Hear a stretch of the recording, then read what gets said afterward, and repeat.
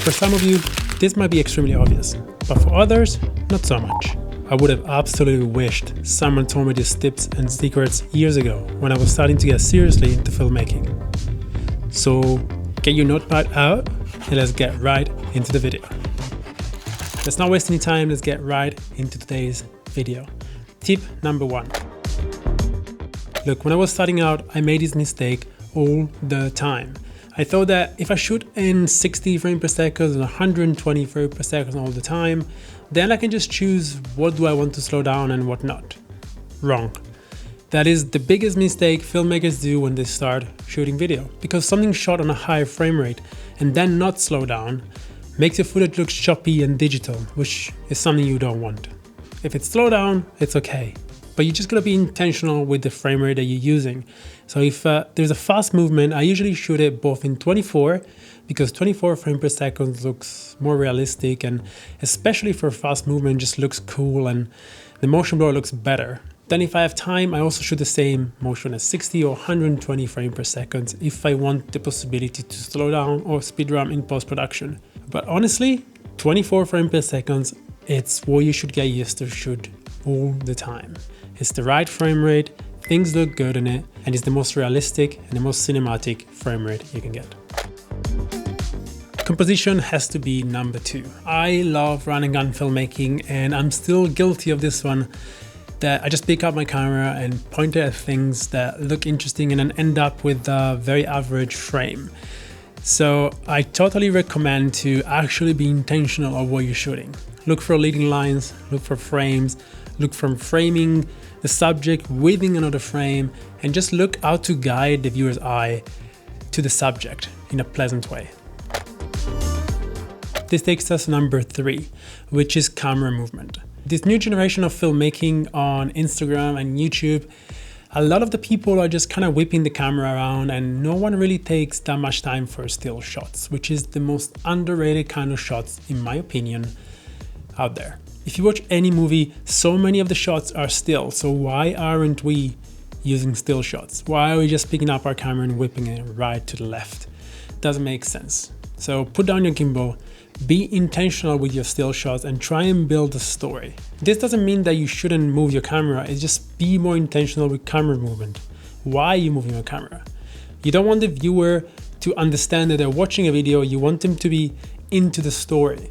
And if you move the camera at the wrong time, this might take the viewer out of the story and just make them realize they're just watching someone filming someone else. So next time you do go out and shoot, try and understand, why are you moving your camera? What are you doing? Are you following a subject? Are you following an action? Or are you just moving the camera because you're not sure what kind of shots you want to get? So be careful and be intentional with your camera movements. Here comes number 4, lighting. Honestly, in a studio situation, I always use lighting just to make these videos look a lot more professional and better. And if you have an interview setting, obviously you need lighting, so that's that side of it. But for what I like to shoot, which is very run and gun, outdoor, during sunrise or sunset, and very like candid cultural moments, I don't really have access to lighting, and most of the time I want it to be as candid as possible, which means I almost don't want the subject to know that I'm shooting, which it's a bit tricky because you kind of got to understand how to use lighting to your favor. For example, shooting a blue hour, sunrise or sunset, it's what I like to do because everything looks better and looks more cinematic. But sometimes some of these cultural moments I like to capture happen during the day. So what do? I look for shadows. I look for interesting compositions where the light bounces off the walls. So the trick with lighting outside is just being able to understanding what conditions are the best. And if you can't shoot in those conditions, how can you make light works for you? And also shooting the right way, which brings us right to number 5, which is shooting shadow side. Obviously, this video, it's lit in a way that the light is right here. I have some practical lights in the back. But if you think about it, the camera is here, the light is here, which creates a bit of a shadow on this side of my face.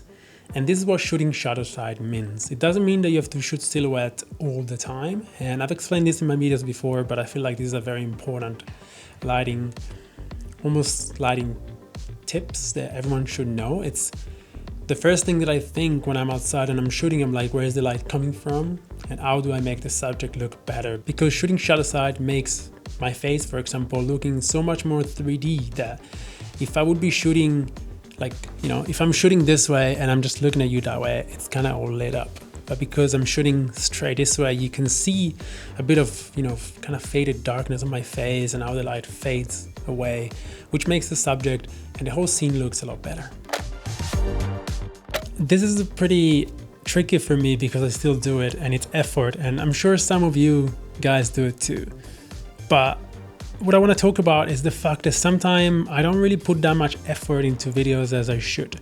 Sometimes I think that one shot is good enough and I'm like, oh yeah, I got the shot, let's just move on. While maybe I should double check things and make sure that things are in focus and not, shoot a whole YouTube video out of focus like I did in the past, and just put more emphasis into the little details, because the little details is what makes the whole video looks this much better. So effort is a huge one for me, so please don't be like me, pay attention to the details and try and create better videos. Like, I don't know if you noticed, probably you haven't, but in the last few videos, I've been putting a lot more effort into the way I shoot, the way I plan, the way I script, even the way, what lenses I'm using. I'm only shooting on specific vintage and cine lenses, which, creates a unique character for the videos that I want. So yeah, don't be like me. And that was the last tip. So I hope you guys enjoyed. Subscribe down below, because like 100% of you aren't subscribed, so just do it. It costs nothing, and yeah, see you guys in the next video.